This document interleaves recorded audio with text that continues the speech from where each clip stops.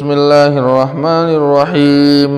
الله لا إله إلا هو الحي القيوم لا تأخذه سنة ولا نوم له ما في السماوات وما في الأرض من ذا الذي يشفع عنده إلا بإذنه يعلم ما بين أيديهم وما خلفهم ولا يحيطون بشيء من علمه إلا بما شاء وسع كرسيه السماوات والأرض ولا يؤوده حفظهما وهو العلي العظيم.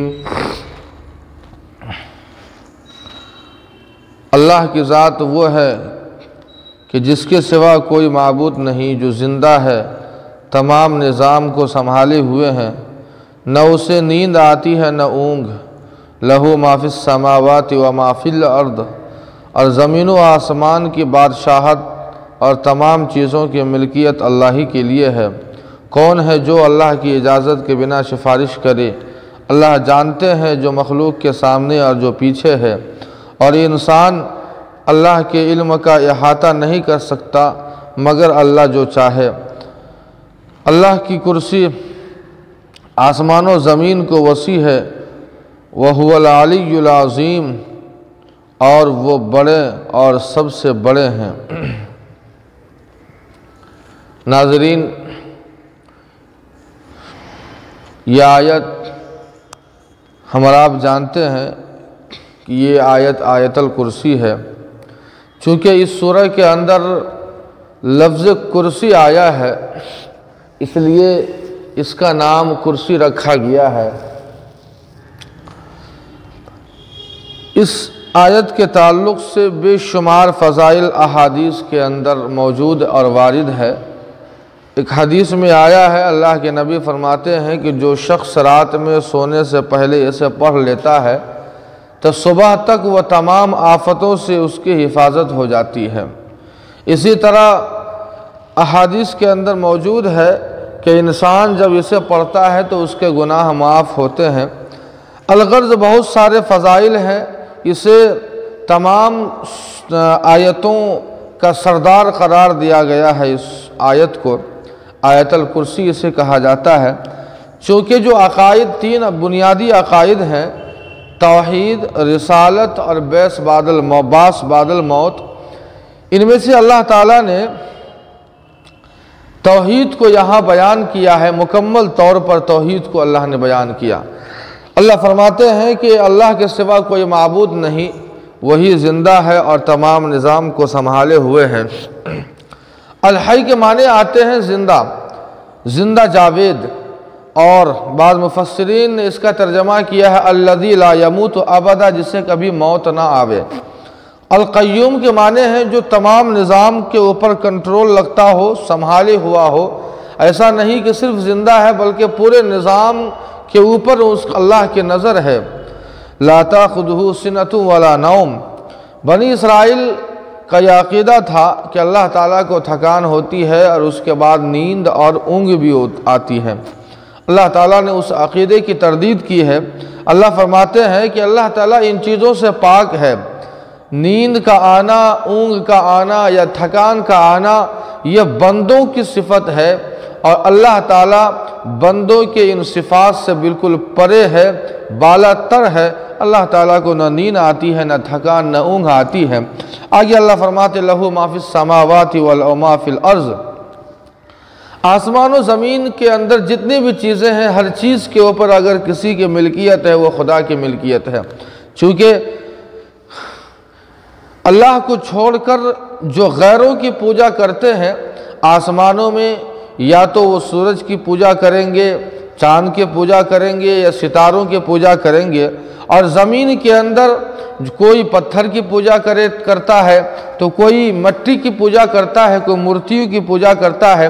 اللہ تعالیٰ فرماتے ہیں کہ چاہے تم آسمان کی چیزوں کی پوجا کرو یا زمین کی چیزوں کو تم معبود بنا کر اسے پوجا کرو، تمام چیزوں کی ملکیت میری ملکیت ہے. میں نے آسمان اور زمین کی ہر چیز کو میں نے پیدا کیا ہے، اس لیے تقاضا یہ ہے کہ تم میری عبادت کرو، میری پوجا کرو، کسی اور کی پوجا نہ کرو. آگے اللہ فرماتے ہیں من ذا الذی یشفع عندہ الا باذنہ، اللہ کے نزدیک اللہ سے سفارش کا حق اللہ کی اجازت کے بغیر کسی کو نہیں ہوگا۔ حتیٰ کہ انبیاء بھی جو سفارش کریں گے، یا اسی طرح احادیث کے اندر آپ نے فضیلتیں سنی ہوں گی حافظ کے بارے میں بھی، کہ حافظ ایک حافظ جو باعمل حافظ ہوگا وہ 10 جہنمیوں کو وہ جنت میں لے جائے گا۔ اسی طرح اللہ تعالیٰ نے بہت سارے لوگوں کے تعلق سے اللہ کے نبی نے احادیث کے اندر بیان فرمایا ہے کہ فلاں فلاں کے جو ہے اپنے لوگوں کو وہ جنت میں لے جاویں گے۔ تو یہ سفارش کا جو حق ہے یہ اسی وقت حاصل ہوگا جب اللہ تعالیٰ اجازت دیں گے۔ اللہ کی اجازت کے بنا کسی کو سفارش کا حق بھی نہیں ہوگا۔ یعلم ما بین ایدیہم وما خلفہم، اللہ فرماتے ہیں کہ تم اے انسان تمہاری طاقت تو یہ بھی نہیں کہ تم آگے کی چیز کو دیکھ سکو، چہ جائے کہ پیچھے یا آگے یا دائیں۔ اللہ فرماتے ہیں کہ جو تمہارے سامنے ہے، جو تمہارے پیچھے ہے، جو تمہارے دائیں ہیں، جو تمہارے بائیں ہیں، اللہ ہر چیز کو جانتا ہے، ہر چیز کے اوپر اللہ کا علم چلتا ہے۔ وَلَا يُحِيطُونَ بِشَيْءٍ مِّنْ عِلْمِهِ إِلَّا بِمَا شَاءَ، اللہ فرماتے ہیں کہ انسان اللہ کے علم کا احاطہ نہیں کر سکتا، انسان اللہ کے علم کا احاطہ نہیں کر سکتا۔ ہاں اللہ تعالیٰ انسانوں کو جو علم دے، جو علم سکھا دے، اسی علم کا احاطہ انسان کر سکتا ہے، اس کے سوا انسان اور کسی اللہ کے علم کا احاطہ نہیں کر سکتا۔ اللہ نے جو انسانوں کو سکھایا یا علم دیا ہے وہی انسان جانتا اور سیکھتا اور سمجھتا یا سکھاتا ہے، لیکن جو علم انسان کو اللہ نے نہیں دیا وہ انسان کے پاس نہیں ہے۔ مثال کے طور پر قرآن پاک کے اندر جگہ جگہ حروف مقطعات آئے ہیں جس کا علم اللہ تعالیٰ نے کسی کو نہیں دیا ہے، لہذا وہ اللہ کے پاس ہے۔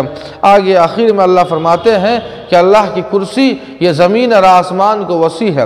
کرسی سے مراد کرسی دنیا کے اندر جس انسان کے پاس طاقت ہو، جس انسان کے پاس پاور ہو، اس انسان کو کرسی ملتی ہے۔ مراد یہاں کرسی سے وہ کرسی نہیں ہے جس پہ ہم اور آپ بیٹھتے ہیں، بلکہ کرسی سے مراد یہاں پر طاقت ہے، پاور ہے، علم ہے کہ اللہ کا علم، اللہ کی طاقت، اللہ کا پاور، اللہ کی قدرت زمین و آسمان کی ہر چیز کے اوپر ہے۔ اللہ کی قدرت و طاقت اور اللہ کے علم سے کوئی چیز باہر نہیں ہے۔ اللہ بڑے بھی ہیں اور سب سے بڑے ہیں، اتنے بڑے ہیں کہ اللہ تعالیٰ کے علم سے دنیا یا زمین کے نیچے جتنی بھی مخلوق اور چیزیں ہیں کوئی اللہ کے علم سے پرے نہیں ہے، ہر چیز کو اللہ جانتے ہیں۔ اللہ پاک ہم سبوں کو اپنی قدرت کا علم عطا فرمائے۔